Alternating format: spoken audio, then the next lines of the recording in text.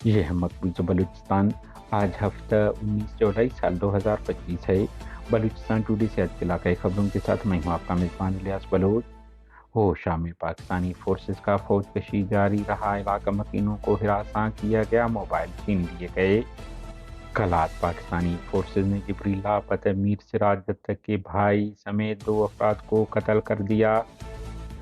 Nokkundi Pakistani force کی firing سے زمیات driver ہلاک، شہری سراپا احتجاج بن گئے، شاہراہ اور شہر کو بند کر دیا گیا۔ کولوا قابض پاکستانی فورسز کی فائرنگ سے نوجوان جاں بحق ہو گیا۔ پنجگور مسلح افراد نے 2 کمسن بچوں کو اسلحہ کے زور پر اغوا کر لیا۔ کوئٹہ محمد ہاشم نامی رکشہ ڈرائیور گھر سے نکلنے کے بعد لاپتہ ہے، اہل خانہ مصنوع ڈی ایس پی ایک اہلکار سمیت ہلاک، 2 اہلکار زخمی ہو گئے۔ لاپتہ اور گرفتار بلوچوں کے اہل خانہ کا اسلام آباد میں دھرنا تیسرے روز بھی جاری رہا۔ مختلف سیاسی رہنماؤں سمیت صحافیوں اور دیگر مکتب فکر کے لوگوں نے کیمپ آ کر اظہار یکجہتی کی۔ بلوچ ریپبلکن آرمی کا سرمچار برکات عرف گل بگٹی سوئی کے علاقہ گوپٹ میں پاکستانی فوج کے ساتھ مقابلے میں شہید ہو گئے۔ پنجگور اور ڈیرہ اللہ یار میں 3 افراد قتل، 3 زخمی ہو گئے۔ کوئٹہ لاہور امریکن لائسپ اسکول میں بلوچستان کے یتیم بچوں پر اساتذہ کی بہیمانہ تشدد، طلباء سراپا احتجاج بن گئے، متعدد طالب علم شدید زخمی ہو گئے۔ مستونگ خلیل احمد ولد محمد ابراہیم شاہوانی 47 روز بعد بازیاب ہو کر اپنے گھر پہنچ گئے، جنہیں پاکستانی فورسز نے لاپتہ کر دیا تھا۔ نوشکی احمد وال کے علاقے میں آر سی ڈی شاہراہ پر زمیات اور موٹر سائیکل کے درمیان تصادم، موٹر سائیکل سوار ہلاک ہوا۔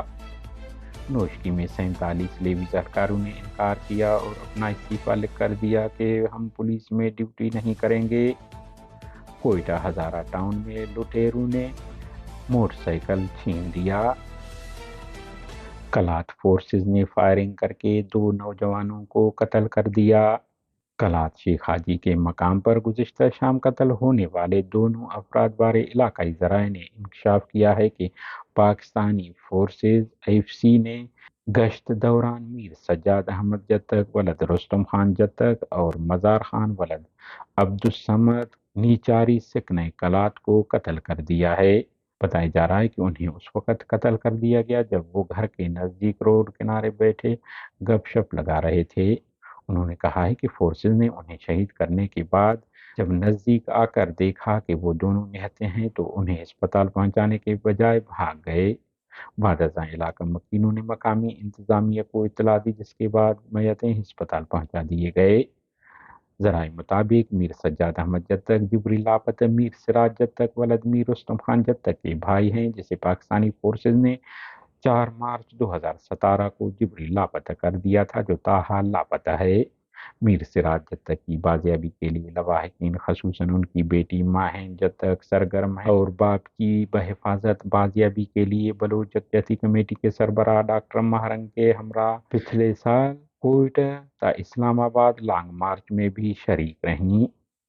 علاقائی ذرائع کا کہنا ہے کہ مذکورہ واقعے بعد اہل خانہ سکتے میں ہیں، کیونکہ ریاستی فورسز نے ایک بھائی کو لاپتہ اور دوسرے کو بے گناہ شہید کر دیا ہے۔ ان کا تیسرا بھائی کمسن ہے۔ گھر کے کفیل میر سراج کی جبری گمشدگی بعد میر سجاد تھے۔ ان کی شہادت بعد اہل خانہ ڈپریشن کا شکار ہیں اور ایسا کوئی نہیں بچا جو اہل خانہ کی آواز بنے اور میڈیا تک ان کے خاندان کے ساتھ ہونے والے ریاستی ظلم کو بیان کر سکیں۔ چاوی کے علاقہ نوکنڈی میں پاکستانی فورسز ایف سی کی فائرنگ سے زمیات ڈرائیور شاہدر ولد امان اللہ جان بحق ہو گیا۔ واقعہ بعد مقامی افراد سراپا احتجاج بن کر میت کو باب عمر کے مقام پر رکھ کر احتجاج شروع کر دیا اور لندن روڈ کو ہر قسم کی ٹریفک کے لیے بند کر دیا۔ بتایا جا رہا ہے کہ اس دوران فورسز کی جانب سے مظاہرین پر ہوائی فائرنگ بھی کی گئی، جس سے صورتحال مزید کشیدہ ہو گئی۔